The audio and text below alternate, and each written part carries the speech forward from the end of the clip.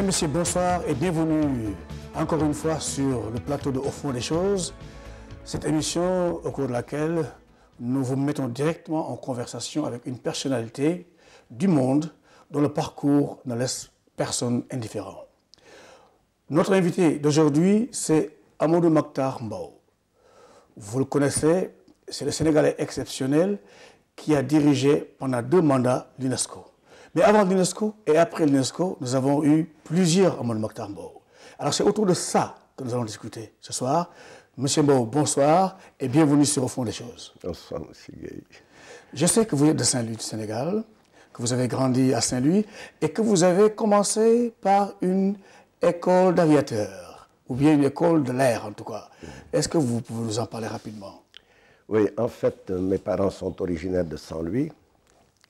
Ma mère est née à la Pointe-Nord et mon père, quoique né à Ndialakhar, c'est-à-dire à peu près une quinzaine de kilomètres de Saint-Louis, a été déclaré comme étant né à Saint-Louis. Mais en fait, j'ai grandi à Louga.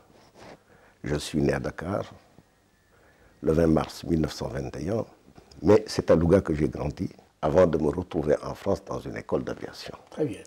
Cette école d'aviation, c'est une histoire simple, mais quand même un peu complexe. Dans la mesure où, à l'époque, je crois que nous étions les seuls Africains admis dans une école de cette nature. Pourquoi une école d'aviation? Il faut se rappeler le contexte de l'époque. Nous étions dans les années 1930. En 1936, le Front populaire était arrivé au pouvoir en France. Et le gouvernement du Front populaire avait lancé un vaste programme d'équipement aérien. Et pour favoriser, ou pour faire éclore plutôt des vocations aériennes, on avait créé l'aviation populaire. C'est-à-dire qu'en France même, on regroupait des jeunes, on essayait de les intéresser à l'aviation, on leur donnait une formation théorique et parfois pratique. La formation pratique étant concrétisée par le vol à voile pour susciter, comme j'ai dit tout à l'heure, des vocations. Au Sénégal, Dakar était une annexe de la France de l'époque. J'ai eu à connaître en ce moment-là des personnes qui s'intéressaient à la question. Je faisais du scoutisme et j'ai rencontré des camarades, d'ailleurs français la plupart, qui eux-mêmes faisaient du scoutisme et s'intéressaient. C'est ainsi donc que j'ai été admis à l'aviation populaire à Dakar. J'ai suivi des cours théoriques pendant quelques mois et la guerre étant déclarée, j'ai voulu participer à la guerre. Comment avez-vous vécu la Deuxième Guerre mondiale, rapidement? Écoutez, d'abord, il y a... Vous aviez quel âge quand vous êtes entré? J'avais 19 ans. Ah, 19 ans. L'expérience de la Deuxième Guerre mondiale est en 2 temps. D'abord, la partie qui va de 1940 à la défaite de la France en juin 1940, et ensuite celle qui résulte de mon rappel sous les drapeaux en janvier, le 15 janvier 1943. Dans la première partie, effectivement, j'étais dans une école de l'armée de l'air, comme j'ai dit, quand les Allemands ont lancé leur grande offensive, qui est une offensive éclair. On a donné l'ordre de repli à mon école, pratiquement quand les Allemands étaient aux portes de la Bretagne. L'école se trouvait en Bretagne. Et j'avais été choisi avec 2 sous-officiers pour assurer la liaison des différents éléments de l'école qui s'est déplacée, parce que j'étais un très bon tireur. Le lendemain même où nous avons quitté l'école, nous avons été entourés par des troupes allemandes. Nous avons décidé de ne pas nous rendre. Et c'est ainsi que j'ai vécu pendant 1 mois, clandestinement en Bretagne avec l'armée allemande, libéré en octobre 1940. Et j'ai repris mon travail ici à la circonscription de Dakar et Dépendance, où je m'occupais en ce moment-là des services économiques, parce que le problème du ravitaillement de Dakar se posait. Et j'ai été rappelé comme militaire le 15 janvier 1943, affecté à la base aérienne de Thiès, d'où j'ai fait un concours d'admission à une nouvelle école cette fois-ci, qui était à Agadir, mais qui était semblable à l'école que je voulais fréquenter, que j'avais commencé à fréquenter à Saint-Malo. Vous êtes un homme politique aussi, un acteur de la vie politique sénégalaise, africaine, avant l'indépendance et après l'indépendance. Parlez-nous un peu de cela rapidement. Nous pensions en effet qu'il fallait changer la condition des peuples africains. Et cette condition, nous étions convaincus que pour la changer, il fallait d'abord que nous réglions le problème fondamental, c'est-à-dire le problème politique. Sans indépendance politique, sans possibilité de décider de notre sort, nous ne voyons aucun moyen de changer la condition des Africains. Nous sommes donc rentrés au Sénégal, en Afrique, et nous nous sommes retrouvés à quelques-uns en 1955, à la suite des élections qui avaient marqué le triomphe intégral du parti de Senghor, le Bloc démocratique sénégalais. Nous avons décidé à quelques-uns, avec Ablaïdi qui était considéré comme notre aîné, de négocier avec Senghor, d'entrer dans le parti du Senghor qui était le Bloc démocratique sénégalais. Nous étions convaincus que, avec la division qui était la règle au Sénégal des principaux partis politiques et le combat que se menaient ces partis, il n'y avait aucune possibilité de former un front commun face aux colonisateurs. Et on peut dire qu'en 1958, l'objectif en tout cas que nous avions atteint nous était réalisé. Et dès lors se posait d'ailleurs le problème de l'indépendance qui fut posé lors du congrès du PRA, du Parti du regroupement africain, à Cotonou en juillet 1958. J'ai oublié de dire quand même qu'en 1957 a été constitué un gouvernement autonome au Sénégal. C'était le gouvernement de l'autonomie interne, de la loi cadre, où nous étions 10 ministres sous la présidence du gouverneur dans un premier temps, mais avec comme vice-président Mamadou Dia. 68, Mbow, et 68, les étudiants et Senghor. Oui, il faut dire que quand je suis devenu ministre de l'Éducation, j'ai eu un certain nombre de surprises. Nous ignorions, en tout cas j'ignorais moi, les accords de coopération au moment de l'indépendance entre la France et nous. Et je me suis retrouvé ministre de l'Éducation du Sénégal avec un directeur des enseignements supérieurs qui était nommé par la France. Et plus est, ce directeur des enseignements supérieurs était le recteur de l'université de Dakar. Donc, l'université de Dakar, qui continue d'ailleurs à être financée par la France, ce qui fait que, en fait, notre marge de manœuvre en tant que ministre de l'Éducation était extrêmement limitée. Je me suis rendu compte, au bout de quelques temps, peut-être aussi avec le contact que j'ai eu avec l'UNESCO, l'expérience que j'ai acquise de l'évolution de l'enseignement supérieur dans le monde à partir de ce moment-là, que sans doute il y avait un certain nombre de réformes à faire. La conception que nous avions de l'université et la vision que le pouvoir avait de l'université ne me paraissait plus correspondre à ce que devait être une université en Afrique, et surtout une université de l'université de Dakar. La crise de 1968 a empêché la concrétisation des idées. Je me heurtais bien entendu à certaines réticences au niveau du Sénégal. Je pourrais citer un exemple précis. J'ai pensé très tôt que nos systèmes d'enseignement supérieur tels qu'ils étaient conçus, en tout cas notre organisation de l'enseignement supérieur telle que cette organisation a été conçue, ne correspondait pas aux réalités de nos différents pays. Et nous nous disions que il y avait deux universités principales dans l'espace francophone de l'époque. Il y avait l'université d'Abidjan, qui était la cadette de l'université de Dakar, et il y avait l'université de Dakar. Nous avions donc là deux grands pôles de formation, de recherche et de formation dans le domaine de l'enseignement supérieur. Nous recevions des étudiants appartenant aux différents États de la région. L'idée m'était venue devant les problèmes politiques qui se posaient au niveau de l'université, parce qu'il y a des problèmes politiques, mon idée avait été que peut-être nous devions changer complètement la structure de l'université. Au lieu d'en faire une université sénégalaise, en faire une université de l'Afrique de l'Ouest. Abidjan en étant une autre.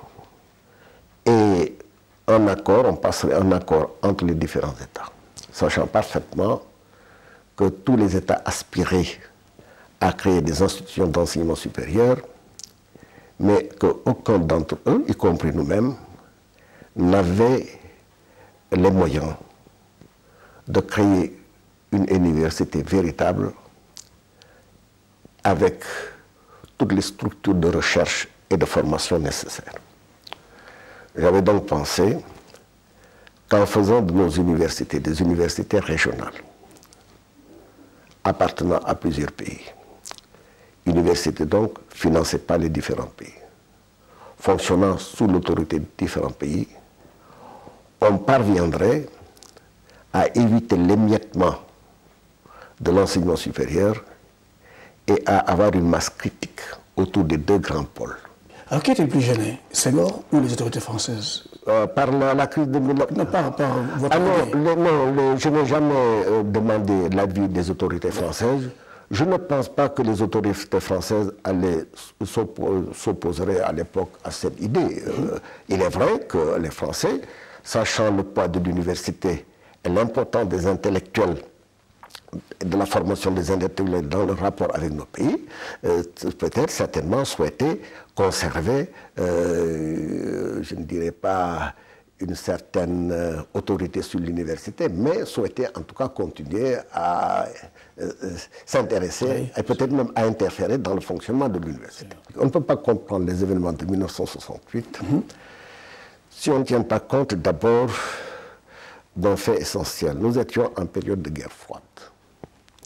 Et il y avait différentes tendances politiques qui se manifestaient au sein de l'université et aussi au sein de la classe politique sénégalaise. Dès 1960, dès notre entrée dans le gouvernement en 1966, on sentait au sein même de l'Union progressiste sénégalaise, pas peut-être en 1966, mais au fur et à mesure de l'évolution, vers les années 1968, on sentait une certaine fébrilité de la part de certains qui ne voyaient pas d'un bon œil l'arrivée de ces intellectuels, parce qu'il y avait beaucoup d'intellectuels parmi nos camarades, mais il y avait également beaucoup de syndicalistes. Je dirais même que parmi ces syndicalistes, il y en a qui ont joué un rôle essentiel dans la crise de 1968. C'était taxé de communistes. Oui, il y avait ça. C'est-à-dire que dès l'instant que on n'était pas d'accord avec une certaine vision, et bien vous étiez marxiste, communiste, etc. C'était la règle, et d'ailleurs, la répression s'abattait sur tous ceux qui, en fait,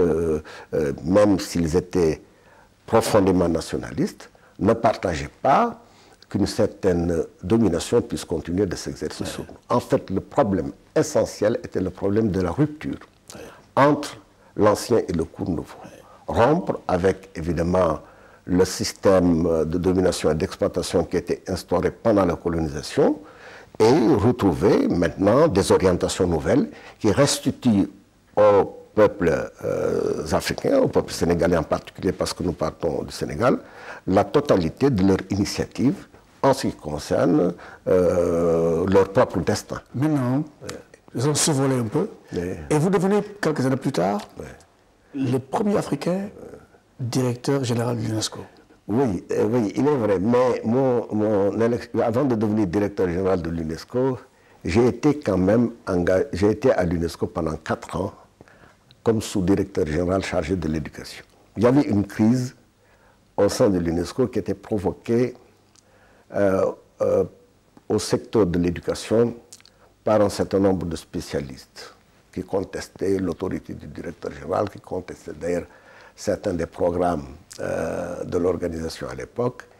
Et le directeur général de l'UNESCO, qui était René Maheu, est venu au Sénégal et Maheu m'a proposé d'entrer à l'UNESCO comme sous-directeur général chargé de l'éducation, le poste étant devenu vacant à la suite de la crise dont je viens de parler.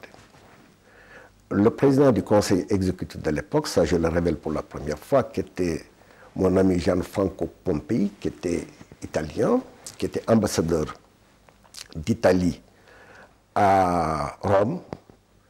Il était italien, mais il était ambassadeur d'Italie auprès du Vatican. Quand je lui ai appris que mon prédécesseur voulait que je vienne diriger le secteur de l'éducation, m'a demandé de passer le voir à Rome. Et quand je suis allé à Rome, il m'a dit, mais écoutez-moi, vous n'allez pas accepter d'être sous-directeur général chargé de l'éducation. J'ai dit, mais pourquoi? Il me dit, parce que vous êtes le prochain directeur général de l'UNESCO.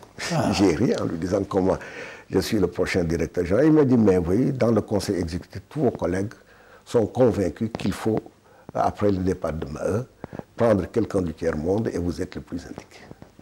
Et il me dit, n'acceptez pas, parce que si vous acceptez, au contraire, peut-être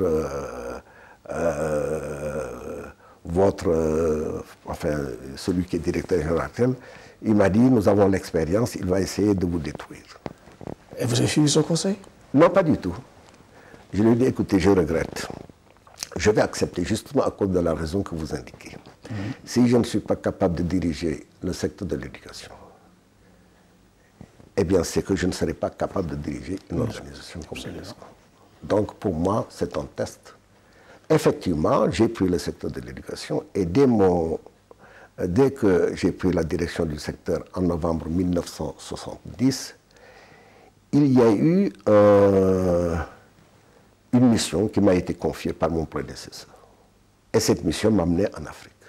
La conférence générale de l'UNESCO avait voté des résolutions demandant aux directeurs généraux d'apporter leur aide au mouvement de libération, au mouvement africain de libération. Donc, on me confie une première mission d'aller à l'OUA et de discuter avec l'OUA les mesures qui pourraient être prises dans le sens pour mettre en œuvre la résolution. Mais en me disant bien, les mouvements de libération sont des mouvements qui font la guerre. Nous sommes une organisation internationale de la paix, donc nous ne pouvons pas être impliqués dans. Je dis bien, je vais voir ce que je vais faire. Alors quand je suis arrivé à Addis Abeba, j'ai rencontré le secrétaire général de l'OUA qui était Teli Diallo, qui était un ami. Nous avions fait nos études ensemble en France. J'ai rencontré également son adjoint qui était Mohamed Sahnoun, qui était d'Algérie, et j'ai discuté avec eux de la façon d'accomplir ma mission. Il m'a dit, écoutez, nous regrettons, mais nous ne pouvons pas définir un programme avec vous. Il faut que que vous preniez contact avec le mouvement de libération. Alors j'ai expliqué à l'époque que je n'avais pas le droit de prendre des contacts avec les mouvements de libération, mais qu'eux, ils avaient le droit de se faire assister par les mouvements de libération, en discutant avec nous. Donc ils ont accepté le principe. J'ai prévenu le siège à Paris, et le directeur général m'a dit oui, qu'il ne voyait pas d'inconvénient. Je suis allé donc à Dar es Salaam. À Dar es Salaam, je me suis réuni pour la première fois avec tous les chefs des mouvements de libération, les Oliver Tambo, qui est mort maintenant, qui était le secrétaire général, avec également Sichano, qui est maintenant président de la République du Mozambique, avec également Sam Juma, qui est maintenant président également de la Namibie. Donc, avec toutes ces Africains qui se battaient pour l'indépendance contre l'apartheid, nous avons préparé un programme que le Conseil exécutif de l'UNESCO a accepté et que j'ai mis en œuvre. Voilà donc quand le mandat de René Maheu était sur le point de se terminer, je reçois un jour un envoyé de l'OUA qui était Ahmed Sahnoun. L'adjoint de Teli. De Teli. Ahmed Sahnoun me dit, voilà, Mahtar, nous avons discuté au secrétariat de l'OUA, nous avons pensé que le temps est venu pour l'Afrique de présenter un candidat au poste de directeur général d'une des organisations du système des Nations Unies. Jusqu'à maintenant, nous n'avons jamais présenté de candidat et nous sommes convenus que l'organisation qu'il fallait viser, parce qu'une des plus importantes, c'est l'UNESCO, et nous avons pensé que tu étais le candidat approprié et l'OUA voulait présenter ta candidature pour le poste de directeur général de l'UNESCO. J'avais répondu. En quelle année? En 1974, au début de l'année 1900. J'avais répondu à Sahnoun que j'ai toujours agi dans la clarté la plus totale avec mon prédécesseur et que je ne pouvais lui donner ma décision qu'après m'être concerté avec lui. En effet, je suis allé trouver Maheu, je lui ai dit carte sur table, voilà, mon cher collègue, on vient de me proposer telle chose. Qu'est-ce que vous en pensez? Je vous écoute. Est-ce que vous êtes candidat? Vous voulez, à votre réélection, à votre réélection. Il m'a dit non, non, non, non, je ne suis pas candidat à ma réélection. Il est temps, oui, maintenant je dois partir. Il était malade d'ailleurs. C'est le tour du tiers-monde. Et dans le tiers-monde, vous êtes les mieux indiqués, les mieux placés. Et tout le monde est presque unanimement d'accord pour que vous soyez le directeur général. Alors j'ai dit à Marie, écoutez, d'accord, je donne ma réponse. Donc j'ai donné une réponse. Non, je n'avais pas donné en commande. Ça, j'ai fait cette démarche après. Je reviendrai tout à l'heure. En fait, j'ai dit à Sarnoun que je lui donnerai ma réponse. Entre-temps, Senghor vient à Paris, m'appelle un beau jour, j'allais le voir d'ailleurs pour régler des problèmes de Atlas du Sénégal qu'on devait faire avec un certain nombre de spécialistes sénégalais, dont d'ailleurs un de mes anciens professeurs à la Sorbonne, qui s'appelait Jean Drèche, et aussi avec Pélissier, qui était un géographe qui avait vécu au Sénégal, et Madame Manchi.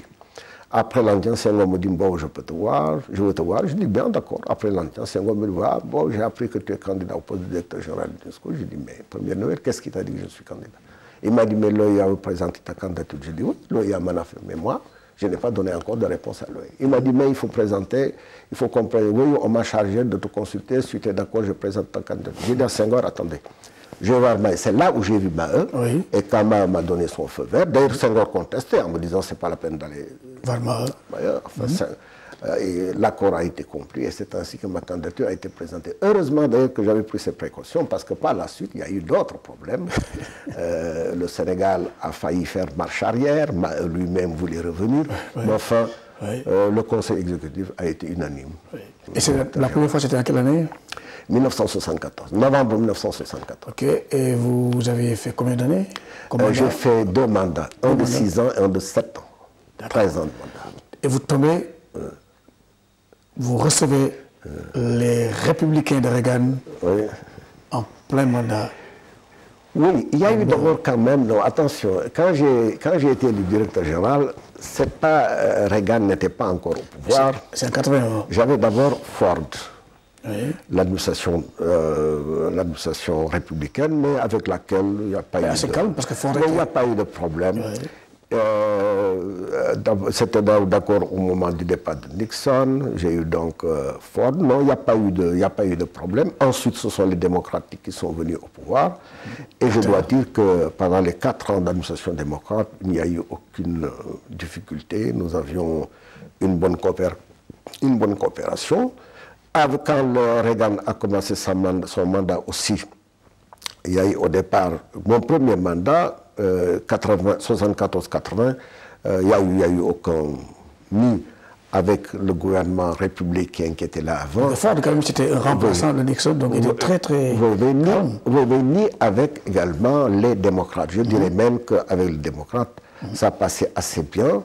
J'ai essayé de les aider d'intervenir dans les crises qui ont eu lieu à l'époque, parce qu'il faut dire qu'être directeur général de l'UNESCO, c'est diriger l'UNESCO, mais directeur général de l'UNESCO vous donne également des possibilités de contact avec les autres pays.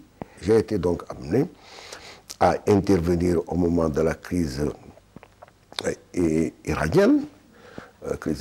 D'abord, dès le début de la crise, j'ai essayé de convaincre les Irakiens et les Iraniens d'arrêter la guerre. Et les Américains? Ah non, les Américains n'étaient pas au courant de mes démarches, parce que je les faisais. Mais les Américains ont été maintenant au courant de mes démarches avec le problème des otages américains. Les Américains avaient commencé, c'est là où ils ont commencé à créer leur première force d'intervention extérieure. Alors j'ai envoyé un émissaire de ma propre initiative à Khomeini. J'avais demandé à Sadr El-Mahdi, qui était Premier ministre, qui deviendra Premier ministre d'ailleurs du Soudan, de venir me voir. Nous avions une conférence des ministres de la Culture du monde entier à Mexico. Je lui avais demandé de venir me voir à Mexico, et avec d'ailleurs la complicité du gouvernement mexicain. Il a pu rentrer. Nous avons dit, je lui ai dit, écoutez, allez voir, je voudrais que vous alliez voir Khomeini de ma part. Dites-lui que la situation actuelle risque de dégénérer. Et au détriment des pays du tiers-monde. Parce que je lui ai dit, si la crise persiste avec les Américains, la tentation serait très forte d'intervenir militairement contre l'Iran pour essayer de récupérer les otages. Et en ce cas, vous avez des alliés dans les pays arabes qui pourraient être tentés en représailles de détruire les installations pétrolières. Khomeini me fait répondre en me disant, écoutez, oui, qu'il n'avait pas envisagé, du moins d'après ce que m'en a rapporté Sadegh El-Mahdi à l'époque, il m'avait dit qu'il n'avait pas envisagé la question de cette manière, qu'il n'a pas réfléchi donc aux conséquences possibles pour les autres pays du tiers-monde. Mais qu'il m'a donné une double assurance. La première, c'est que les otages seraient libérés après les élections en Iran, pas avant. Deuxièmement, qu'il répondait de la sécurité de tous les otages américains sans exception et qu'on ne toucherait pas un cheveu de l'un d'entre eux. Mais en même temps, il demandait aux États-Unis de ne pas intervenir militairement parce que si une intervention militaire se produisait, il ne pourrait plus garantir que il ne pourrait plus respecter la parole qu'il venait de donner. J'en ai informé les Américains, qui avaient d'ailleurs voulu voir mon envoyé avant le départ. J'ai dit non, et quand il est revenu, j'ai dit de prendre contact. Il a pris contact avec les Américains, je les ai informés. Mais ce qui intéressait l'administration américaine à l'époque, c'était Carter, c'était la libération des otages avant les élections américaines. Or, les élections américaines se situaient après les élections iraniennes. Avant les élections iraniennes. Avant les élections. Et Reagan et son administration ont vu en vous une espèce de trouble fait. Oui, non, là, évidemment, il y a eu, à mon avis, pendant un certain temps, quand Reagan est venu au pouvoir, il y a eu une période où les relations étaient des relations normales. Dans cette administration, il y avait quand même un certain nombre d'idéologues qui, dès le départ, pensaient qu'il fallait détruire le système des Nations Unies. Ce n'est pas l'UNESCO, d'ailleurs, à laquelle il s'attaquait en premier lieu. Les ouvrages qui ont été publiés par la Fondation Heritage, c'était des ouvrages qui étaient dirigés à l'ensemble, dirigés contre l'ensemble du système des Nations Unies, en particulier contre les Nations Unies elles-mêmes. Un des ouvrages était intitulé A World Without United Nations, un monde sans les Nations Unies. Et c'était une campagne extrêmement intense. Et ces idéologues avaient dans l'idée que les points de vue exprimés par le gouvernement des États-Unis, aux États-Unis, et dans le cadre même du Congrès des États-Unis, devaient prévaloir au sein des organisations internationales du système des Nations Unies. Or, ces organisations n'ont pas été créées pour être les instruments de quelque pays que ce soit, mais pour susciter la coopération internationale. Et dans cette coopération dans la coopération intellectuelle internationale qui était le domaine de compétence de l'UNESCO, je dois dire que j'ai toujours eu une coopération extrêmement étroite avec les intellectuels et les institutions américaines et avec les intellectuels américains. Il n'y a eu aucun problème de ce point de vue-là. D'ailleurs, dans la lettre que l'administration Reagan avait envoyée pour son retrait de l'UNESCO, l'administration Reagan ne m'a pas mis en cause personnellement. Au contraire, ils ont dit même qu'ils appréciaient les efforts que j'avais développés, déployés, etc. Pendant tout le temps que j'ai été directeur général de l'UNESCO, je me suis toujours efforcé d'obtenir le consensus le plus large sur tout problème qui pouvait être controversé. Mais les idéologues de l'administration Reagan considéraient, eux, à un moment donné, qu'il ne fallait plus discuter pour aboutir à un consensus. Ils pensaient certainement que leur point de vue était le seul point de vue valable et qu'en conséquence, chacun devait se soumettre. Et j'ai toujours opposé à cela le fait qu'une organisation internationale est libre de ses décisions et que ce sont ses États membres qui prennent ces décisions. Ils ne sont pas tout à fait retirés, ils avaient conservé le pays d'essai. Non. C'est-à-dire que j'ai dit à l'époque dans une conférence que j'ai faite à Los Angeles qu'en fait les États-Unis se sont retirés par la grande porte et sont revenus par la fenêtre. Tout le monde s'est mis à rire quand je l'ai dit. À Los Angeles même. En fait, les Américains n'ont jamais quitté un certain nombre de programmes de l'UNESCO qui étaient des programmes essentiels. Je parlerai de certains programmes intergouvernementaux. Concernant l'océanographie, par exemple, les Américains en avaient besoin, non seulement du point de vue scientifique, mais également des intellectuels américains, des spécialistes américains m'ont avoué qu'ils en avaient même besoin du point de vue stratégique. Parce que c'est grâce à ces programmes que leurs scientifiques pouvaient accéder à certaines mers et entreprendre certaines études qui étaient certes des études scientifiques destinées à l'amélioration des océans et de leur mise en œuvre, mais en fait qui étaient également utilisés dans le domaine militaire. Je donne cet exemple. En ce qui concerne également, il y avait le programme international de développement de la communication, mais ce sont des programmes qui étaient financés par des fonds extra-budgétaires. Mais en fait, le grand problème, c'est que, je crois, c'est que certains dirigeants américains, comme aujourd'hui d'ailleurs, n'ont jamais admis que leur point de vue puisse être contesté. Le Sénat prenait des décisions sur des questions et les Américains voulaient que j'applique ces décisions à l'UNESCO. J'ai dit non, je n'applique pas une décision prise par le Congrès de quelque pays que ce soit. Vous êtes en pleine bataille pour le nouvel ordre de l'information. Oui, il y a eu maintenant ce qui a évidemment aggravé peut-être la situation, c'est qu'en ce moment se posait le problème du nouvel ordre mondial de l'information et de la communication.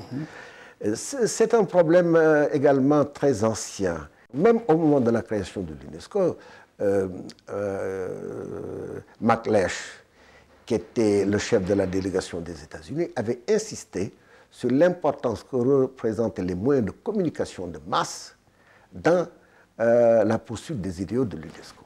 Et tous considéraient donc que l'UNESCO devait jouer un rôle dans le domaine de l'information et de la communication. Alors, le nouvel ordre maintenant mondial de l'information et de la communication, tant que les Nations Unies, tant que le système des Nations Unies était dominé par les Occidentaux, il n'y avait pas tellement de difficultés sur un certain nombre d'orientations.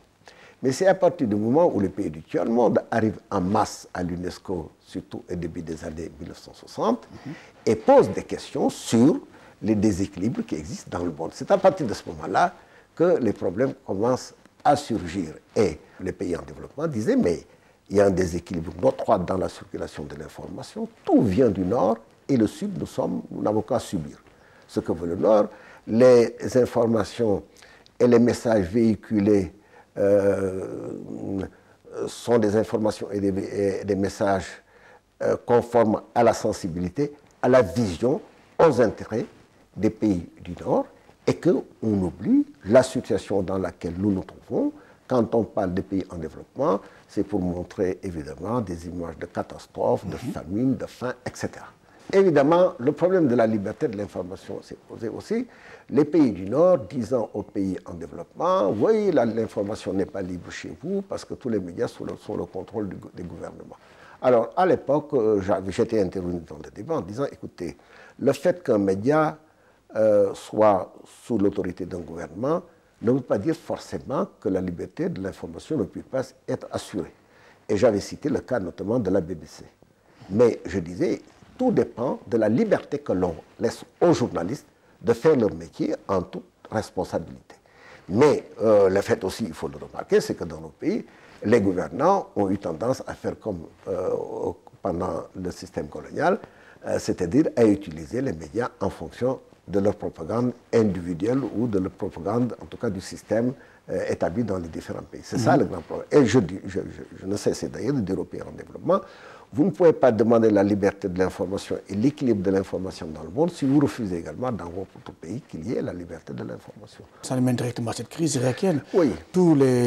Pendant 2 semaines de guerre, toutes les images qu'on avait étaient des images filmées à partir de l'axe, des caméras protégées par les militaires. On voyait seulement Bagdad en feu. Oui, on ne voyait jamais, on n'était jamais dans le Bagdad en feu. Oui, ça, à mon avis, c'est une mise en scène spectaculaire qui a été voulue par ceux qui menaient la guerre. Ils ne voulaient montrer que ce qu'ils voulaient qu'on voit. Il faut d'ailleurs dire aussi quand même que certains médias ont essayé malgré tout d'aller au-delà de cette vision. Alors, comment voyez-vous aujourd'hui la crise irakienne? Est-ce qu'à la lumière de cette crise, de l'intervention américaine en Irak, est-ce qu'on ne voit pas ici les conséquences de vos craintes il y a 20 ans? Oui, moi je crois que l'intervention américaine en Irak, dans les conditions où cette intervention a été faite, est extrêmement grave parce que c'est une violation délibérée du droit international. Il faut être clair.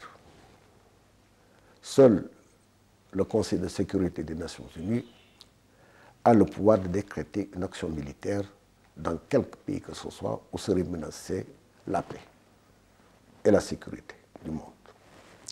Donc, il n'y a aucun doute, aucune discussion possible. C'est le fait du prince, c'est le droit du plus fort qui a prévalu dans l'intervention en Irak. On a justifié l'intervention d'abord, avant de l'entreprendre, par le fait que l'Irak plutôt possédait des armes de destruction massive. Mais il y avait un mécanisme mis en place par l'Organisation des Nations Unies et par le Conseil de sécurité lui-même pour vérifier la véracité d'un tel fait. Les inspecteurs qui ont été envoyés n'ont jamais dit que ces armes de destruction massive existaient. Évidemment, les inspecteurs ont été ambigus parfois en disant « nous n'avons rien trouvé, mais nous allons voir encore, nous allons voir encore ». Est-ce qu'on pense que si ces armes existaient, elles n'auraient pas été utilisées par les Irakiens pour se défendre? On a voulu justifier aussi l'intervention par le fait que l'Irak vivait sous la dictature de Saddam Hussein. Mais cette dictature, tout le monde sait qu'elle existe depuis très longtemps. Je ne la justifie pas, je ne l'approuve pas. La preuve est que pendant toute la durée de cette dictature, je me suis abstenu pour ma part d'aller en Irak. Cette dictature, elle existait quand les Américains ont armé les Irakiens, et les Américains et les Occidentaux ont armé les Irakiens contre l'Iran. Est-ce que vous pensez que les États-Unis se préoccupent du bon devenir de l'Afrique? Moi, je crois que les États-Unis, comme tous les pays, ils ont des intérêts, et que si leurs intérêts les poussent à faire quelque chose quelque part, ils le feront. Mais il faut que les Africains perdent leurs illusions. Ni les Américains, ni les Européens, ni personne ne fera l'Afrique. Ce sont les Africains eux-mêmes qui feront l'Afrique. Très bien. Ça nous mène directement au Sénégal maintenant. Oui. La situation sociale au Sénégal. Oui. Un point qui préoccupe tous les Sénégalais, oui, c'est le cas des talibés. Pouvez-vous nous résumer un peu votre position sur les talibés, ces enfants qu'on voit dans la rue? Vous savez, le cas des talibés, la situation des talibés peut-être est une situation qu'on ne peut pas isoler du contexte général du pays. Au Sénégal, il y a beaucoup de gens qui vivent dans le dénuement le plus total. Je l'ai déjà dit que la situation des talibés est une situation scandaleuse parce qu'il s'agit d'enfants qui sont exploités délibérément au profit d'adultes qui ne semblent pas se soucier du tout, ni du présent, ni de l'avenir de ces enfants. Mais il faut quand même distinguer. Il y a talibés et talibés.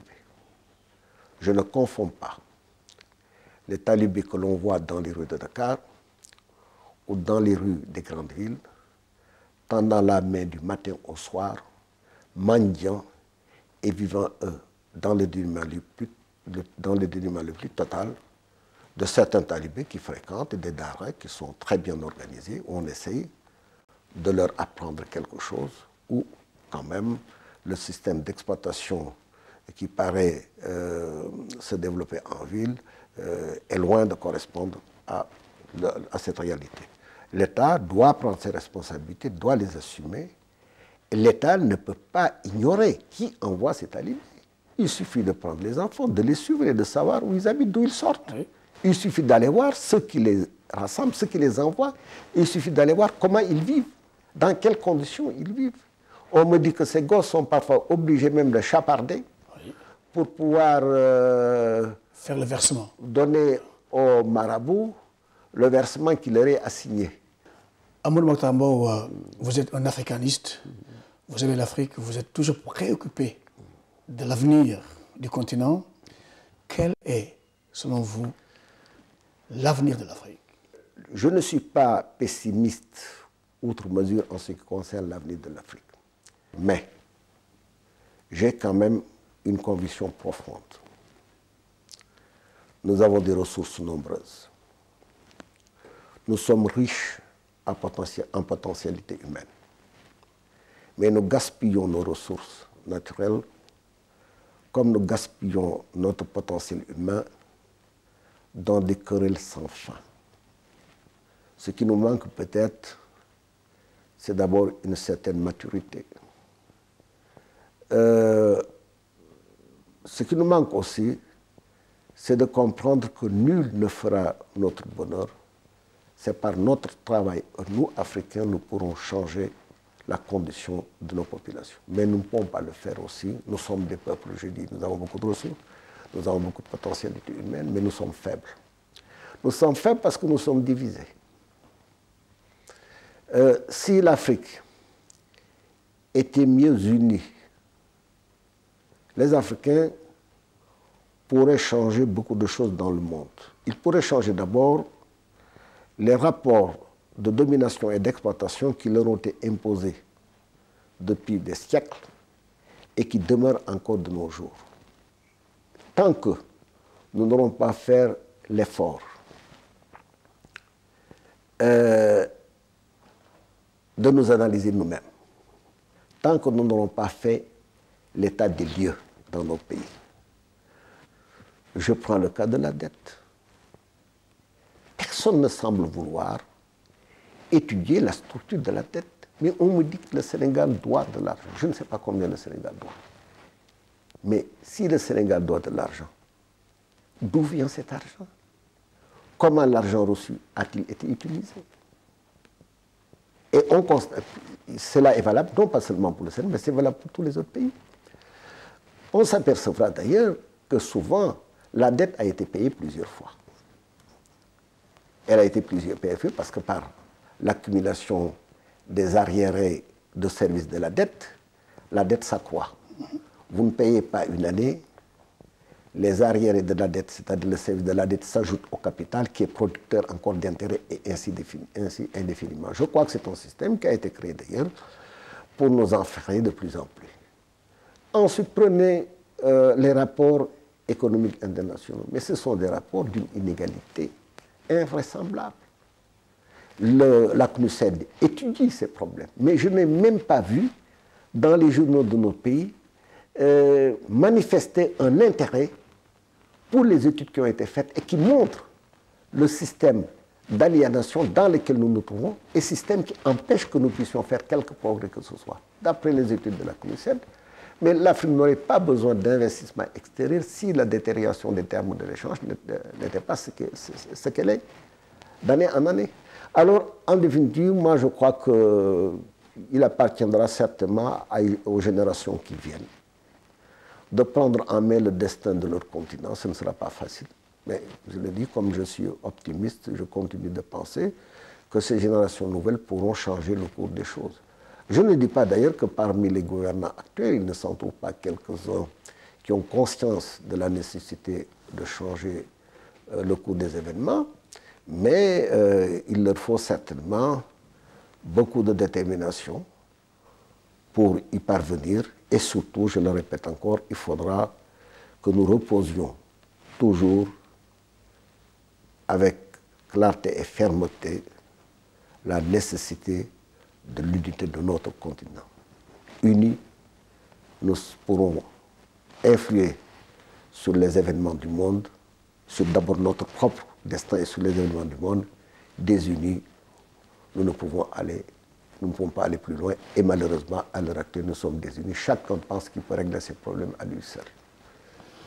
Un dernier point, M. Mbao. Quel rêve faites-vous pour le Sénégal, votre pays, dans les prochaines 20 années? Oh, vous savez, il y a 50 ans, j'ai rêvé, comme les gens de ma génération, d'un Sénégal démocratique, d'un peuple parmi les plus éduqués du monde, d'une nation forte du travail de ses fils, de la solidarité de tous ses membres, une nation jouant en Afrique même un rôle essentiel dans le progrès de l'ensemble du continent, mais une nation aussi ouverte aux autres nations du monde, des peuples ouverts aux autres peuples du monde, profitant sans doute des expériences des autres, mais apportant également sa propre expérience. Je crois que le peuple sénégalais peut être un grand peuple et il peut surprendre le monde à chaque fois, comme d'ailleurs il y a 2 ans au moment des élections, les jeunes, les femmes se sont levés et ont décidé qu'il y aurait des changements dans ce pays. C'est capable de surprendre. Ça peut surprendre. Moi, je crois. Et puis ensuite, quand même, je suis en contact avec beaucoup de jeunes à l'intérieur et à l'extérieur. Il y a parmi eux des gens de très grande qualité. On vous dit toujours, quand on parle, quand on a occupé des positions importantes, vous êtes une exception. Non, on n'est pas des exceptions. On s'est trouvé simplement dans des conditions données, à des endroits donnés, dans des situations données. Alors, on a pu donner la plénitude de notre mesure, mais je crois qu'il y a beaucoup d'autres Sénégalais qui sont capables de donner la plénitude de leurs mesures à condition que l'occasion leur soit donnée et que les conditions soient favorables à cet effet. Mais je dois dire maintenant que ce n'est pas avec l'indiscipline qui caractérise notre vie à l'heure actuelle, le laisser-aller, le chacun pour soi, et puis cette tendance à vouloir s'enrichir très vite, quels que soient les moyens employés. Je ne pense pas que tout cela soit en tout cas de nature à favoriser l'émergence d'hommes nouveaux au Sénégal. Mais je le répète encore, à côté de tout ça, il y a autre chose et peut-être il faut compter davantage sur cette autre chose. Amadou Mahtar Mbow, merci. Merci de nous avoir consacré 1 heure de votre temps pour passer en revue votre expérience si riche et qui, à mon avis, servira aux jeunes générations. Mesdames, Messieurs, merci d'avoir été avec nous, avec M. Amadou Mahtar Mbow, un Sénégalais d'exception, dont le parcours, comme je l'ai dit au début, ne laisse personne indifférent.